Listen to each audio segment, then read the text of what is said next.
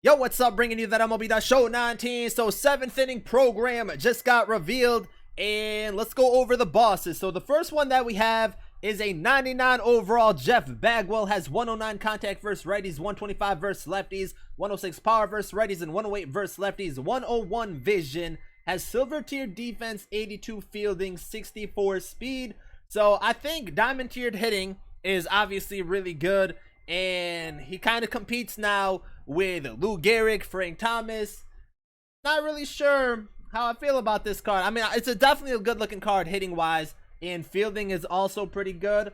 I'm sure he can play third base since I play Frank at third base and he does fine there. So I guess if you don't like Lou Gehrig or Frank Thomas, then Jeff Bagwell is a really solid option. We'll probably mix and match him in our lineup here and there, but I think overall it's a good card. But we do have a lot of first basemen that are really good. The second boss we have is 99 Andre Dawson. So he has 101 contact versus righties, 112 versus lefties, 92 power versus righties, and 100 versus lefties, 113 vision. Has diamond tier defense, 93 fielding, 87 speed. So we get ourselves another 5-tool player, kind of like Griffey. So outfield is pretty stacked.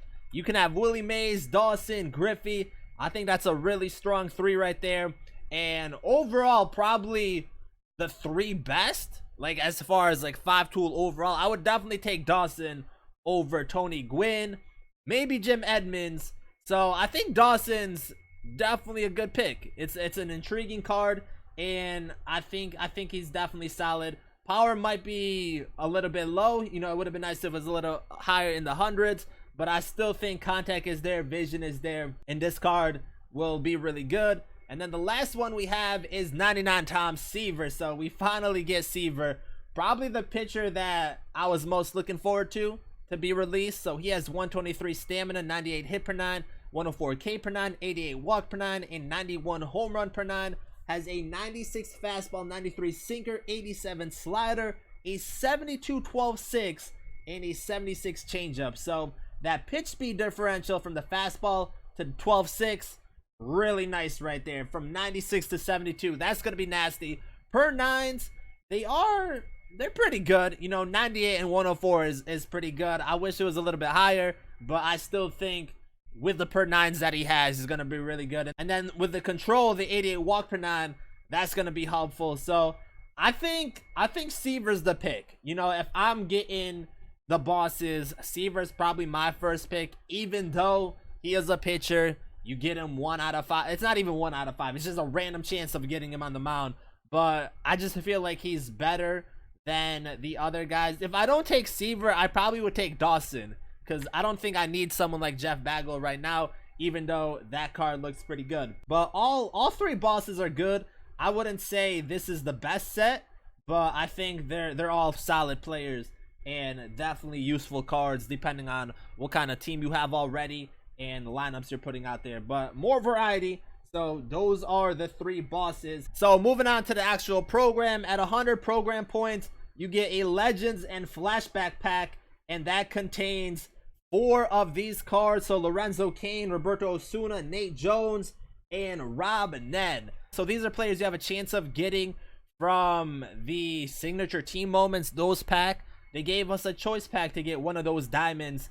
So, you know, these cards, they're okay. I probably would take Osuna or Nate Jones, because for some reason I always do good with Nate Jones, and I think he's a solid card. But Osuna's probably the pick if you need a bullpen arm. And then at 200 program points, we have 3 new signature series cards. The first one being a 96 Johnny Damon. So he has 107 contact versus righties, 103 versus lefties, 78 power versus righties, and 70 versus lefties, 117 vision, bronze tier defense, got 73 fielding, that noodle arm of a 58 arm strength, and 87 speed. So hitting wise, it's not a bad card. Has great contact numbers, great vision.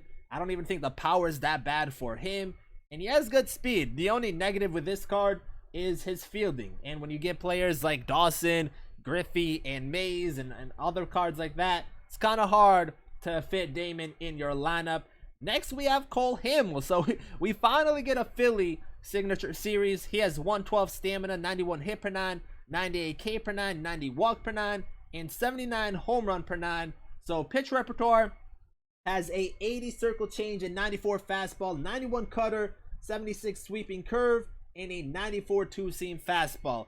So pitch repertoire is pretty good. 94 to 80 is the pitch speed differential. Actually, it's 94 to 76 if we count the sweeping curve, but circle change is the primary, and that's gonna be a pretty effective pitch. I feel like per nines are not bad either. You know, they're all in the high 90s or low 90s, but the per nines are respectable. I think this is gonna be actually a solid starting pitcher. You know, he doesn't have like the super high velocity, but 94 and good pitch speed differential. I think he can be effective. And then we have Tony Perez. So 95 overall, has 103 contact versus righties, 111 versus lefties, 89 power versus righties, and 92 versus lefties, 103 vision, has bronze tier defense, 52 speed. So really good hitting card, good power numbers, good contact, good vision. Defense is okay, can play third base and first base. Just a card that I don't think is all that useful with the 99s we already have. But hitting wise, he normally got good pop. He normally has good pop, so I think this card can still be good. Maybe a good card off the bench, or you know, battle royale and stuff like that. But I think the card's solid. It's just we have better options. Then 280 program points, like always, gets you a ball in as a habit pack. 300 is the 7th inning bosses. At 500, it was a play of the month pack, and then at 600 program points, we have a signature series choice pack. So that's always nice right there. Now moving on to other content, let's start off with the set 23 headliner. So headliners for that set, we have 99 Dave Parker, has 112 contact versus righties, 104 versus lefties, 88 power versus righties, and 85 versus lefties, 110 vision, has diamond tier defense, 86 fielding, 98 arm strength, and 72 speed. So actually, it's not even a bad card. 99 overall. I think it's a solid hitter. He's going to be really good in the outfield. 72 speed's the only low point for me, but the rest of the card is definitely really solid, and we'll definitely try this card out. The second headliner we have is 95 Ryan Zimmerman. So he has 94 contact versus righties, 115 versus lefties, 87 power versus righties, and 88 versus lefties, 90 vision, and then he also has diamond tier defense, 88 fielding, and 59 speed. So can play third and first base. Definitely looks like a solid card right here. So these two are the new cards from the set 23 headliners. Now moving on, we have a new signature series team, and for this week the reward is a 98 Wee Reese. So he has 99 contact versus righties, 98 versus lefties, 69 power versus righties and lefties, 123 vision, has diamond tier defense, 88 fielding, 83 speed. So can play short and third base. I actually don't think this is a bad card. He has good vision, he has good contact numbers, and his fielding's also really good. The high contact, high vision guys with, you know, pretty good speed, they're normally really effective this year.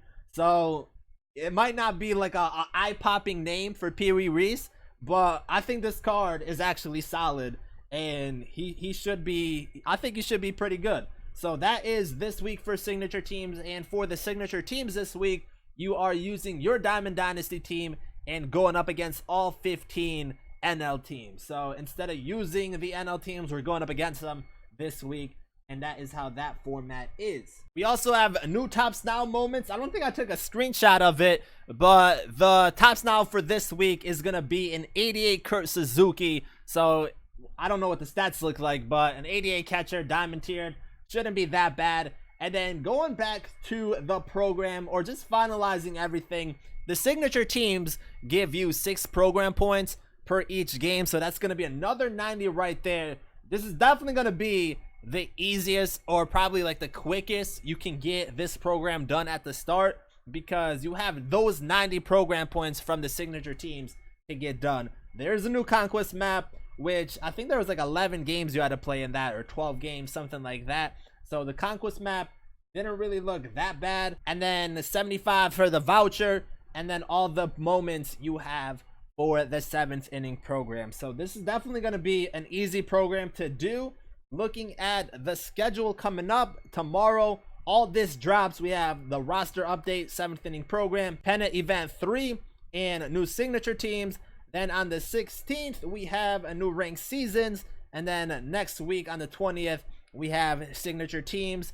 So interesting week coming up. You know, 7th inning program definitely going to be pretty big. And then ranked seasons, they did say it's going to be a big reward. So hopefully it is a big reward and someone definitely good out there. And then for future content, this program ends on October 1st. So it's probably the quickest program that we have. I think we have 18 days to do it. I would definitely grind it out early on, try to get at least the 300 program points. You should easily be able to do it because all the program points that are going to be coming from the signature teams, you should see at least like 180 from signature teams. So this is definitely going to be an easy program to complete. So that's what we have for the content coming out tomorrow and then the upcoming weeks. Let me know what you guys think about the bosses. Are you going to take Bagwell, Seaver, or Dawson? I think they're all solid cards.